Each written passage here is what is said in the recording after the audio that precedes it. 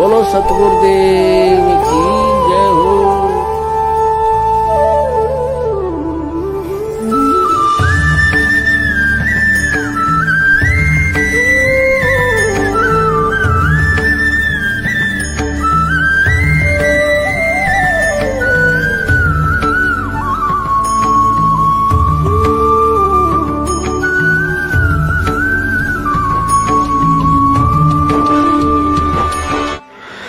बंदी छोड़ सतगुरु रामपाल जी महाराज जी की जय हो। परमात्मा की सभी प्यारी आत्माओं को पवनदास जयपुर वाले का सत साहिब।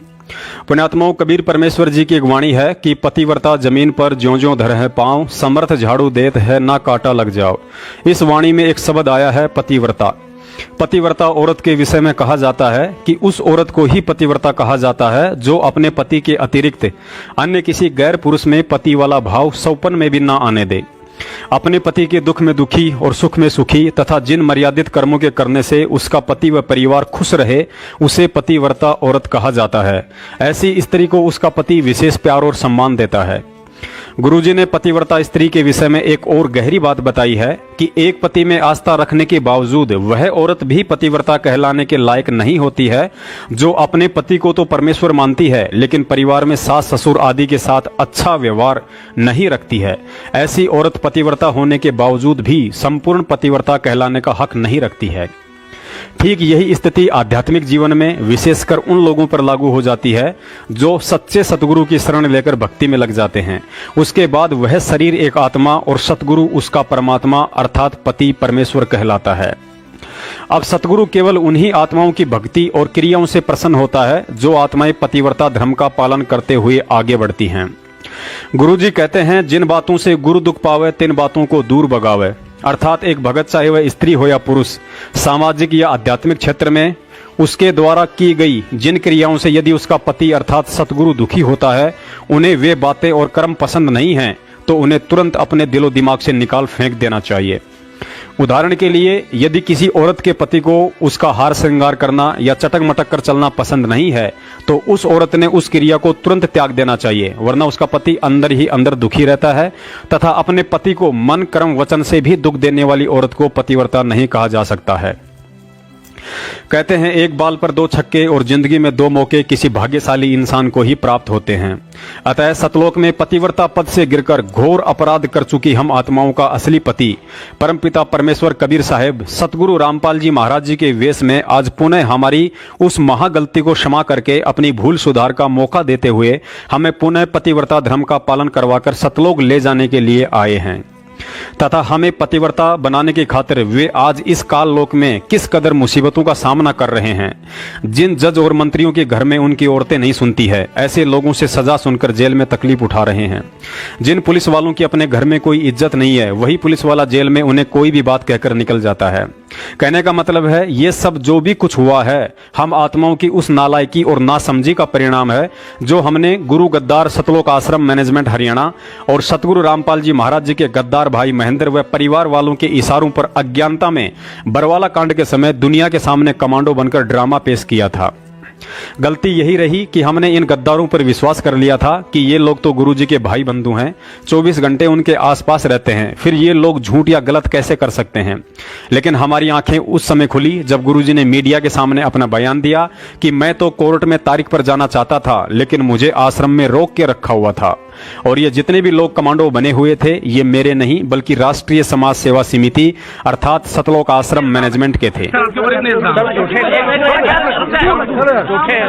झूठे कैसे हैं आपके ऊपर? आपके गुंडे इतने खड़े थे वहाँ पे, हजारों आदमी हरियाणा पुलिस से। मेरे नीचे राष्ट्रीय समाज सेवा समिति नहीं तो आपकी समिति है? अरे आपकी समिति है बाबा। गुरुजी के मुख कमल से इस सच्चाई को सुनने के बाद हमारी आंखें अवश्य खुली और उस गलती का भी एहसास हुआ जो गलती गुरुजी के गद्दार भाई ने गुरुजी का ही नाम लेकर हम भोले भक्तों से करवा डाली थी। ये हम भक्तों की कमजोरी थी कि उस समय तक हमने गुरुजी को और उनके अनमोल तत्व ज्ञान को और भक्ति मर्यादाओं को गहराई से नहीं जाना था। पुण्यात्माओं, सतलोक की भक्ति में कदम कदम पर कितनी मर्यादाओं का पालन और सावधानियां रखनी पड़ती हैं। यदि वे सारे के सारे नियम 1994 की तो बात छोड़िए, यदि गुरुजी इतना तत्व ज्ञान देने के बाद आज भी सख्ती से लागू कर दें तो हम में से 10% भगत भी इस मार्ग पर नहीं टिक पाएंगे। लेकिन सतगुरु तो अंतर्यामी होते हैं। उन्हें मालूम है यदि इन आत्माओं के हृदय में तत्व ज्ञान के समावेश से पहले ही इन्हें संपूर्ण मर्यादाओं में बांध दिया तो काल इन्हें भक्ति नहीं करने देगा। और बरवाला कांड 2014 के बाद काफी संगत का गुरुजी और इस सत भक्ति मार्ग से दूर होकर अन्य नकली पंथों में चले जाना या अपनी परंपरागत पूजा पाठ को अपना लेने का मुख्य कारण कोई सतगुरु रामपाल जी महाराज जी या उनके ज्ञान मार्ग में कमी होना नहीं है। यदि कमी है तो उन आत्माओं की दृढ़ इच्छा शक्ति और लोक लाज की रही है। उन्हें हर तरह की मर्यादा, 3 समय की आरती और मंत्र जाप करना ऐसा लगता है जैसे रामचंद्र जी की सेना को नाग फांस में बंधते समय महसूस हो रहा था। इसीलिए परमात्मा कहते हैं कि कामी क्रोधी लालची इनसे भक्ति न हो, भक्ति करे कोई सूरमा, जात वर्ण कुल खोए। और एक वाणी में गुरु जी कहते हैं कि लोक लाज मर्याद जगत की तृण ज्यों तोड़ बगावे, जब कोई राम भगत गति पावे। गुरुजी ने एक समय हम आत्माओं को अपनी पहचान करवाने के लिए बताया था कि लख भर सूरा जूझ ही लख भर सावंत दे, लख भर यति जहान में तब सतगुरु शरणा ले।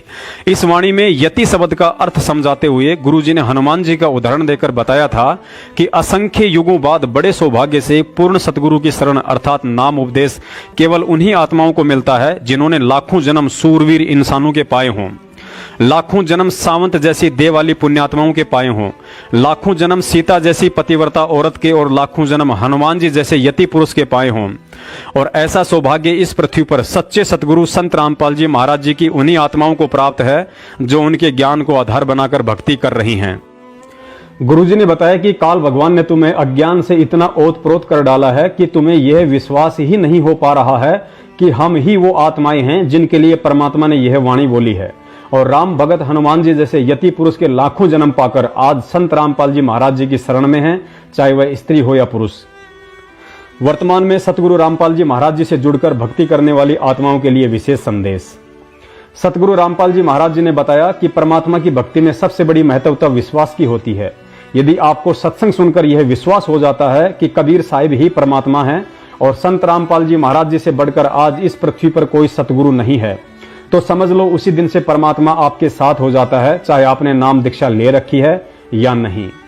वर्तमान में लाखों व्यक्ति संत रामपाल जी महाराज जी का टीवी चैनलों पर सत्संग सुनकर, कोई पुस्तक पढ़कर या यूट्यूब आदि से ज्ञान सुनकर संत रामपाल जी महाराज जी के नाम से जगह जगह खोल रखे फर्जी नामदान केंद्रों से नाम दीक्षा लेना चाहते हैं।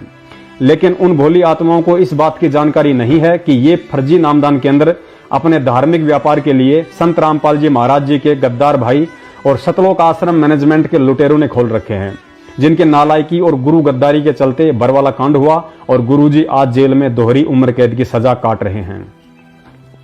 बरवाला कांड की और अधिक विस्तृत जानकारी के लिए आप हमारे यूट्यूब चैनल ट्रू वीडियो को विजिट कर सकते हैं।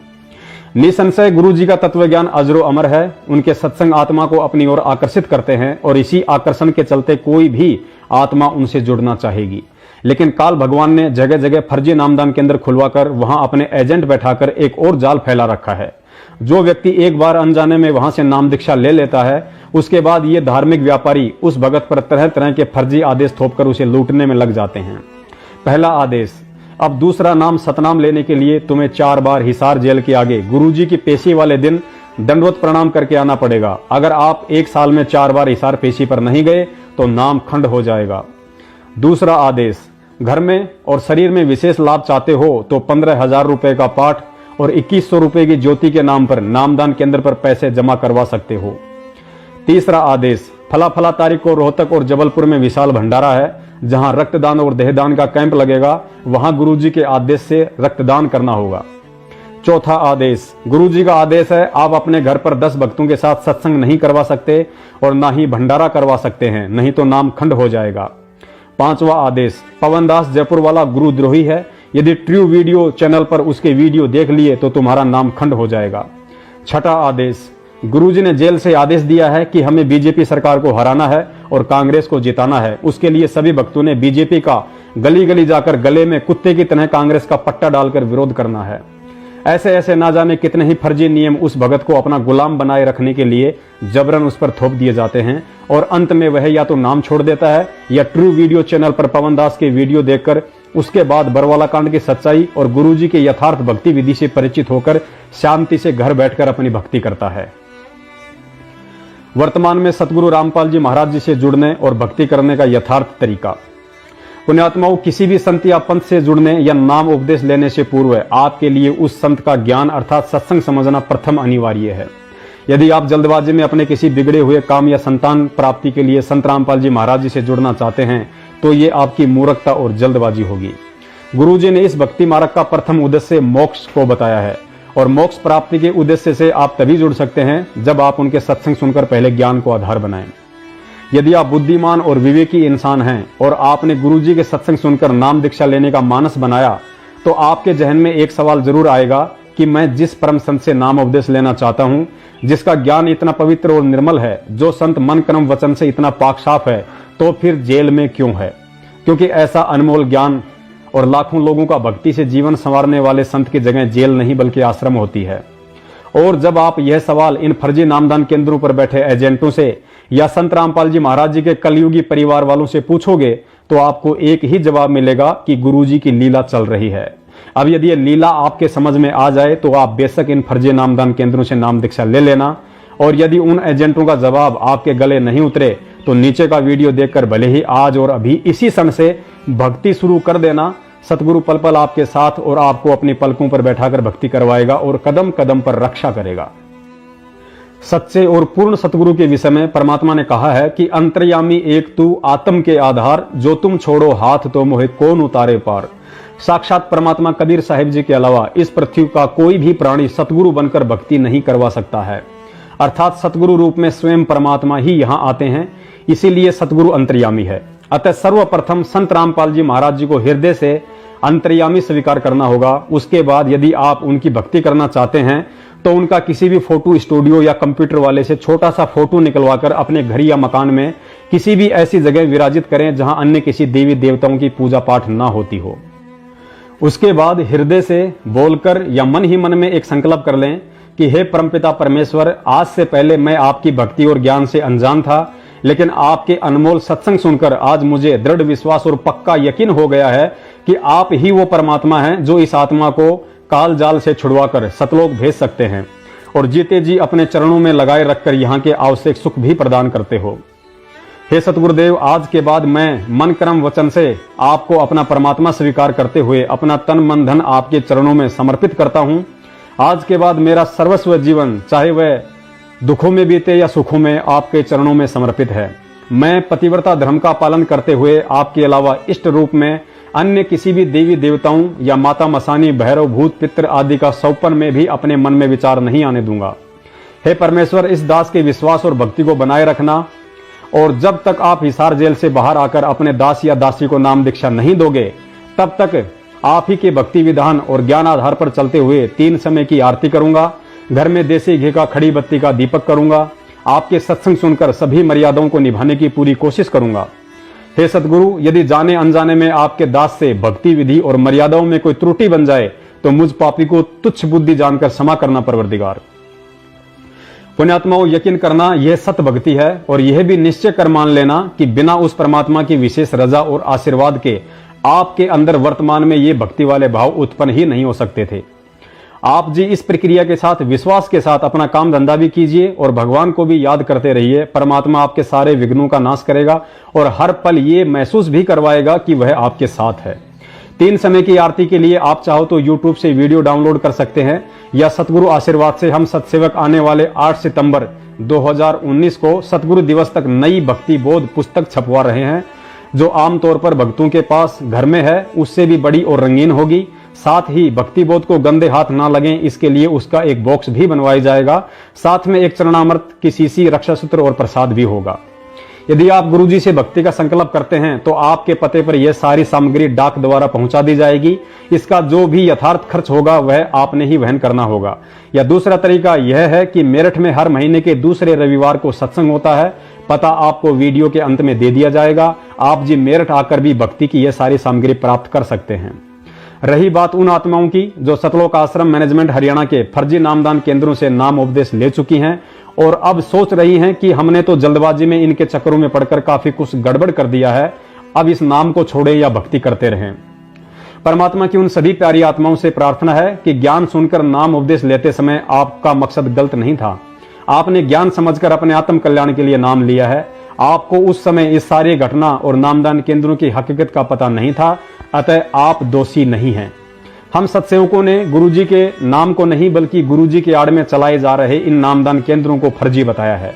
नाम आपको डीवीडी से ही मिला है जो सत्य है, लेकिन इन लोगों को डीवीडी से इस तरह नाम उपदेश देने का आदेश नहीं है। अतः जब आपको सच्चाई पता चल जाती है तो इस नाम को छोड़ना नहीं और ना ही कोई शंका करनी है। बस करना यही है कि आज के बाद आप भी पुनः परमात्मा से भक्ति का संकल्प करें और सतलोक आश्रम मैनेजमेंट के किसी भी ज्ञान विरुद्ध आदेश की पालना ना करें जिससे कि परमात्मा रुष्ट हो और हमारी भक्ति बर्बाद हो। ना ही आपने दूसरे नाम सतनाम की प्राप्ति की लालसा में हिसार जाकर अपना समय और पैसा बर्बाद करना है। ना ही आज के बाद कभी इन गुरु गद्दारों के फर्जी नामदान केंद्रों पर जाना है। ना ही आज के बाद किसी कोऑर्डिनेटर, नामदान संचालक या गुरुजी के परिवार वालों को ज्योति पाठ और दान का पैसा देना है। ना ही उनके मार्फत गुरुजी से कोई प्रार्थना लगवानी है। जब हमने परमात्मा को अंतर्यामी मान रखा है तो अपने घर से ही अपनी अंतरात्मा से उन्हें प्रार्थना लगाइए। और यदि हमें इतना भी विश्वास नहीं है कि गुरुजी हमारी घर बैठे नहीं सुन सकते तो फिर भक्ति करना भी व्यर्थ है। ना ही हमें कबीर प्रगट दिवस या अन्य कोई दिवस मनाना है, क्योंकि वर्तमान में हमारा कबीर हमारा सतगुरु है, जिनका प्रगट दिवस कहिए या अवतरण दिवस कहिए वह 8 सितंबर का दिन है। हमें उसी दिन को मनाना और मानना है। विश्वास रखिए सतगुरु स्वयं परमात्मा है, चाहे उन पर देशद्रोह की धारा लगी हो या मर्डर की, चाहे उनको उम्र कैद बोल रखी हो या अन्य कोई सजा। यदि हमें विश्वास है और उनके बताए अनुसार यथार्थ भक्ति विधि से भक्ति कर रहे हैं तो परमेश्वर एक दिन परमेश्वर वाला काम अवश्य कर दिखाएगा। पुण्यात्माओं, विचार करना। गीता जी में काल भगवान कहता है कि अर्जुन, बलवानों का बल और बुद्धिमानों की बुद्धि मेरे हाथ में है, जिसे चाहूं दूं और जिसकी चाहूं छीन लूं। तो भला यह जज और कोर्ट कचहरी क्या परमात्मा से बड़ी है? क्योंकि बलवानों का बल और बुद्धिमानों की बुद्धि जिस काल भगवान के हाथ में है, उस काल भगवान की बुद्धि और बल का रिमोट हमारे गुरुदेव भगवान के हाथ में है। जब चाहे इन जजों की बुद्धि फेर दे। लेकिन वर्तमान में भक्ति मार्ग से हर तरह की गंदगी साफ करने वाला सतगुरु का यह खेल कुछ अलग ही चल रहा है। एक विवेकी और तत्वज्ञानी भगत इसे आसानी से समझ सकता है।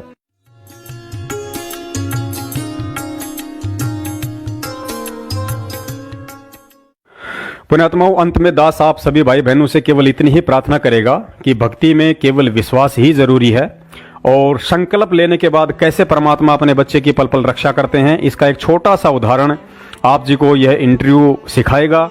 ये एक पंजाब का भगत है और ये इंटरव्यू किसी पवनदास जयपुर वाले ने या किसी सत्सेवक ने नहीं लिया है। ये इंटरव्यू खुद सतलोक आश्रम मैनेजमेंट वालों ने लेकर ही टीवी चैनलों पर चलाया है। ये जो व्यक्ति है ये खुद बहुत बड़ा तांत्रिक था। ये कहता कि मैं लोगों को मुर्दे से जीवित कर दिया करता था, लेकिन जब इसकी पत्नी की मृत्यु हो गई और उसको जीवित नहीं कर पाया तो किसी भगत ने इसको बताया कि आप संत रामपाल जी महाराज जी से भक्ति का अर्थात नाम दीक्षा लेने का संकल्प कर लीजिए, आपकी पत्नी जीवित हो जाएगी।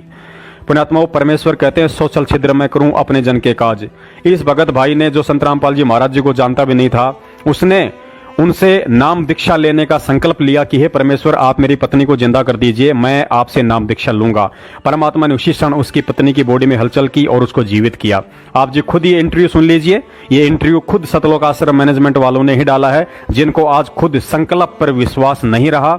विश्वास इसलिए नहीं रहा क्योंकि जब इनके हाथों में 15,000 रुपए पाठ के 2100 रुपए ज्योति के आ रहे हैं तो भक्तों से भला संकल्प क्यों करवाएंगे। तो आप जी इस छोटे से इंटरव्यू को देख के आपको विश्वास हो जाना चाहिए कि परमात्मा सत्य है, उसकी भक्ति सत्य है और नाम दीक्षा लेकर ही हम परमात्मा से नहीं जुड़ सकते, बल्कि उनसे संकल्प लेकर भी हम जुड़ सकते हैं। यदि वर्तमान में गुरुजी जेल से बाहर होते तो जरूर आप उनसे नाम लेते, आपको कोई नहीं रोकने वाला था।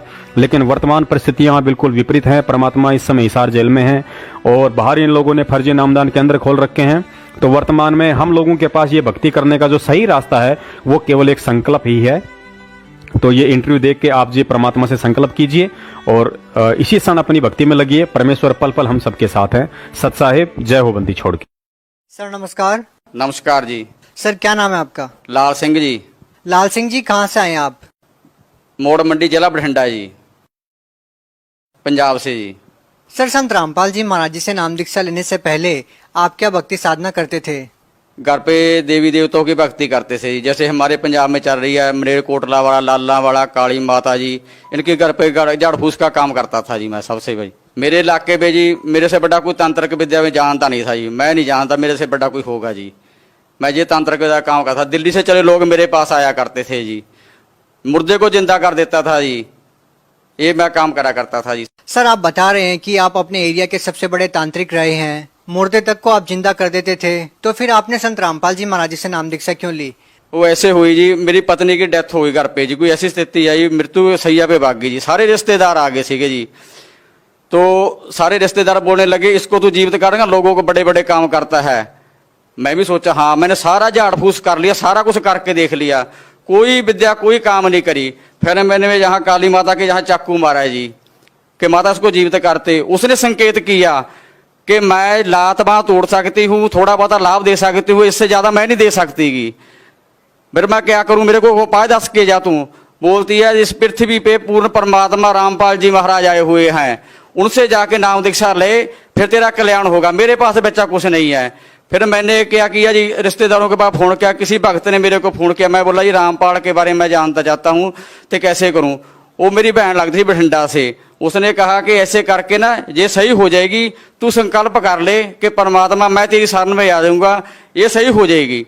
मैंने उसी टाइम संपर्क किया, हे परमात्मा बंदी छोड़ सतगुरु रामपाल जी, मैं आपका नाम ले लूंगा, ये जिंदा हो जाए। क्यों, मेरे को पहले बता रखा था कि तेरे 2 शादियां होएगी, एक शादी पे 3 बच्चे होके ये मर जाएगी, इसकी 27 साल की उम्र हैगी, वो मेरे को याद थी जी। तो उस दिन क्या हुआ जी, मैंने सारे झाड़ फूस कर लिए थे, नहीं सही हुआ है। फिर मैंने परमात्मा अगे अरदास हुई, बंदी छोड़ मैं नाम ले लूंगा, इसको जीवित कर दे। उसमें फाड़ी ही चहलाट आई जी, हिलचल हुई जी, फिर सेट हुई। फिर मैं अस्पताल में लेके गया जी, उसको 12 दिन एडमिट रखा। वहां डॉक्टरों ने भी लिखा के ले लिया था कि ये तो मुर्दा है, आप साइन कर दो इस पे। मैंने साइन कर दिए, मुर्दा है। बोला परमात्मा अगे अरदास लगा, मैंने बोला परमात्मा अगे तो मैंने लगा ली है। तो उसके बाद ही वहां से सेट हुई, फिर मैं परमात्मा का नाम लेके आया जी। परमात्मा किसका? संत रामपाल जी महाराज का नाम लेके आया मैं बरवाड़ा में जाके जी, 2012 में नाम लिया मैंने जी। सर आपने बताया कि जब आपने काली माता के नाम पर अपने हाथ पे चाकू मारा और आपने कहा कि इसको जीवित कीजिए या फिर मेरे को रास्ता बताइए, और फिर काली माता ने रास्ता बताया कि संत रामपाल जी महाराज जी से नाम दीक्षा ले लो, इससे पहले आपको काली माता ने रास्ता क्यों नहीं बताया? उन्होंने कहते साढ़े कोल कोई रास्ता नहीं जी, ਅਸੀਂ थोड़ा ਬਹੁਤਾ ਲਾਭ ਦੇ ਸਕਦੇ ਆ ਤੈਨੂੰ, ਕੋਈ ਸੱਟੇ ਦਾ ਨੰਬਰ ਦੇ ਸਕਦੇ, ਉਹ ਵੀ ਮੇਰੇ ਕੋਲ ਆਉਂਦੇ ਸੀ, ਹੋਰ ਲਾਭ ਦੇ ਸਕਦੇ, ਲੋਕ ਠੀਕ ਹੋ ਜਾਂਦੇ ਸੀ। ਇਹਦੀ ਹੁਣ ਉਮਰ ਹੈ ਹੀ ਨਹੀਂਗੀ, ਇਹਦੀ ਉਮਰ ਦਾ ਭਲਾ ਸੰਤ ਰਾਮਪਾਲ ਵਧਾ ਸਕਦਾ, ਉਹਦੇ ਜਾ ਕੇ ਚਰਨ ਫੜ ਲਾ, ਤੂੰ ਸਾਡਾ ਖੜਾ ਛੱਡ ਦੇ ਤੂੰ।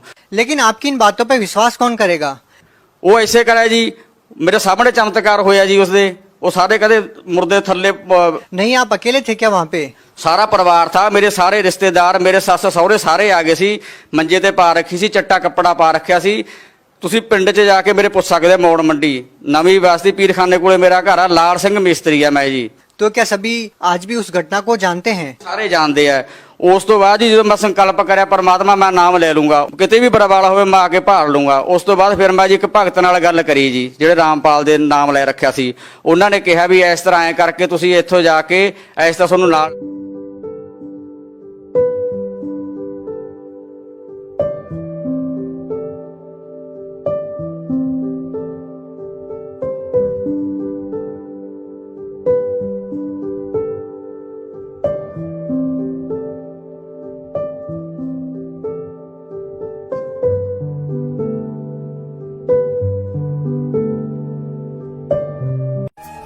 बोलो सतगुरुदेव की जय हो।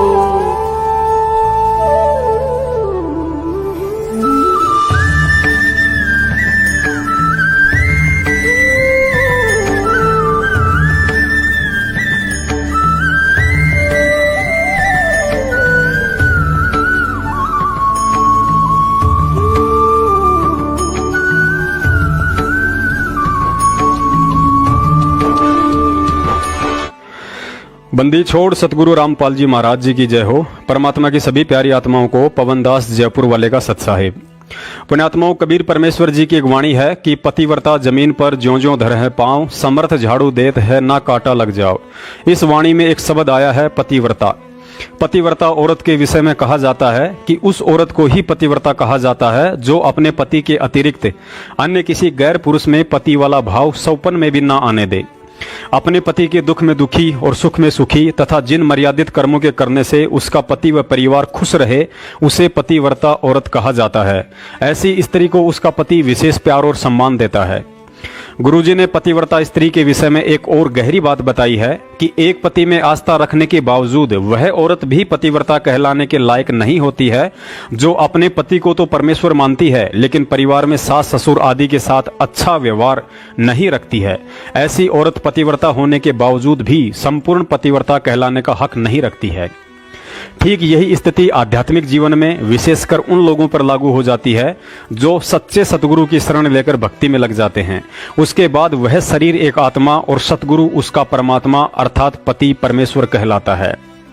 अब सतगुरु केवल उन्हीं आत्माओं की भक्ति और क्रियाओं से प्रसन्न होता है जो आत्माएं पतिव्रता धर्म का पालन करते हुए आगे बढ़ती हैं।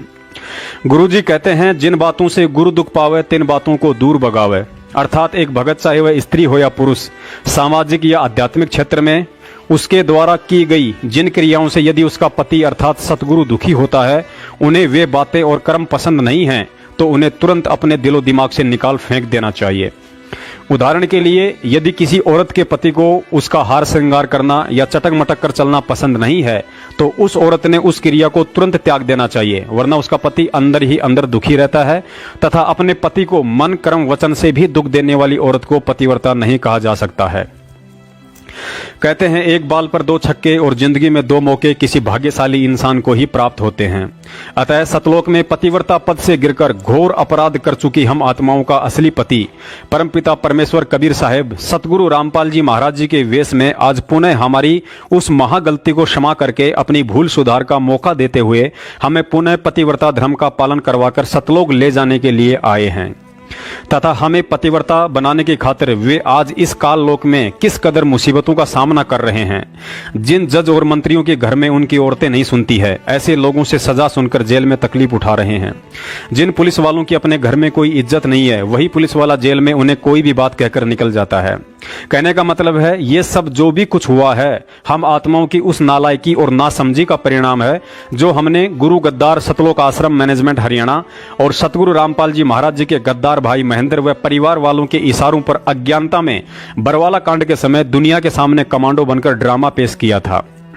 गलती यही रही कि हमने इन गद्दारों पर विश्वास कर लिया था कि ये लोग तो गुरुजी के भाई बंधु हैं, 24 घंटे उनके आसपास रहते हैं, फिर ये लोग झूठ या गलत कैसे कर सकते हैं।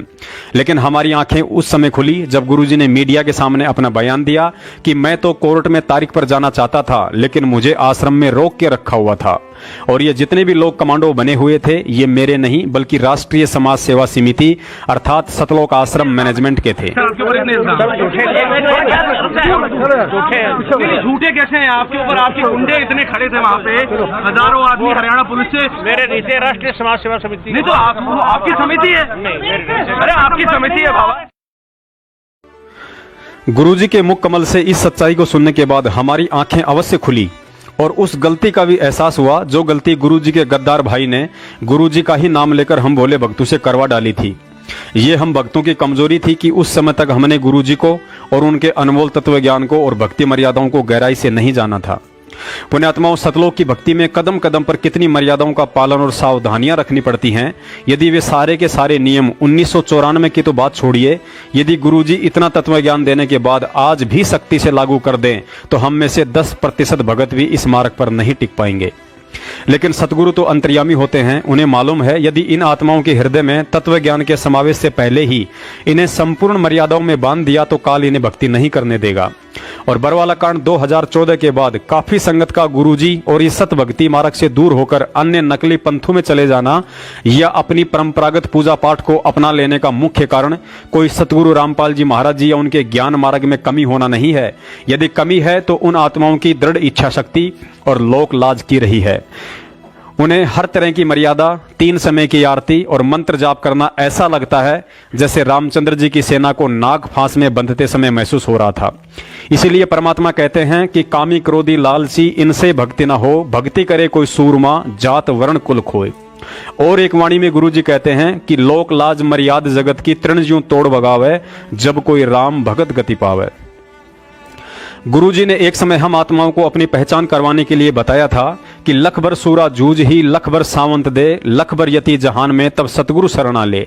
इस वाणी में यति शब्द का अर्थ समझाते हुए गुरुजी ने हनुमान जी का उदाहरण देकर बताया था कि असंख्य युगों बाद बड़े सौभाग्य से पूर्ण सतगुरु की शरण अर्थात नाम उपदेश केवल उन्हीं आत्माओं को मिलता है जिन्होंने लाखों जन्म सूरवीर इंसानों के पाए हों, लाखों जन्म सावंत जैसी देव वाली पुण्यात्माओं के पाए हों, लाखों जन्म सीता जैसी पतिव्रता औरत के और लाखों जन्म हनुमान जी जैसे यति पुरुष के पाए हों। और ऐसा सौभाग्य इस पृथ्वी पर सच्चे सतगुरु संत रामपाल जी महाराज जी की उन्हीं आत्माओं को प्राप्त है जो उनके ज्ञान को आधार बनाकर भक्ति कर रही हैं।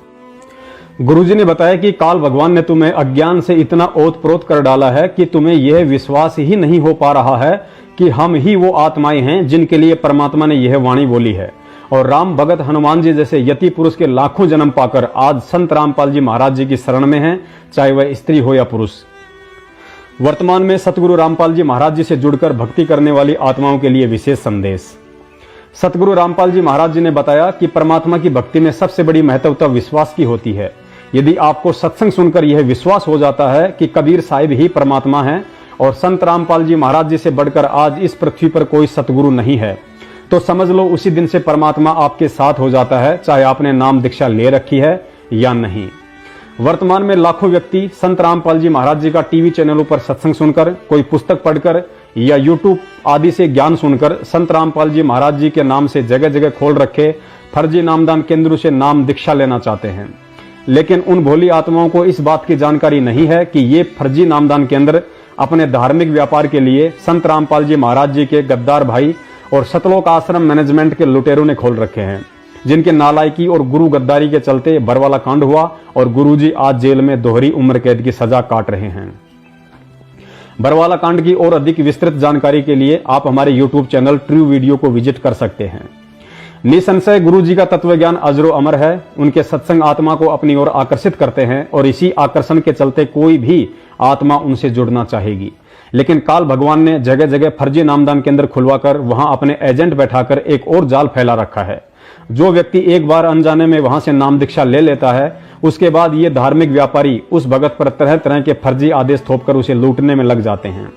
पहला आदेश, अब दूसरा नाम सतनाम लेने के लिए तुम्हें 4 बार हिसार जेल के आगे गुरुजी की पेशी वाले दिन दंडवत प्रणाम करके आना पड़ेगा। अगर आप 1 साल में 4 बार हिसार पेशी पर नहीं गए तो नाम खंड हो जाएगा। दूसरा आदेश, घर में और शरीर में विशेष लाभ चाहते हो तो 15,000 रुपए का पाठ और 2100 रुपए की ज्योति के नाम पर नामदान केंद्र पर पैसे जमा करवा सकते हो। तीसरा आदेश, फला फला तारीख को रोहतक और जबलपुर में विशाल भंडारा है, जहां रक्तदान और देहदान का कैंप लगेगा, वहां गुरुजी के आदेश से रक्तदान करना होगा। चौथा आदेश, गुरुजी का आदेश है, आप अपने घर पर 10 भक्तों के साथ सत्संग नहीं करवा सकते और ना ही भंडारा करवा सकते हैं, नहीं तो नाम खंड हो जाएगा।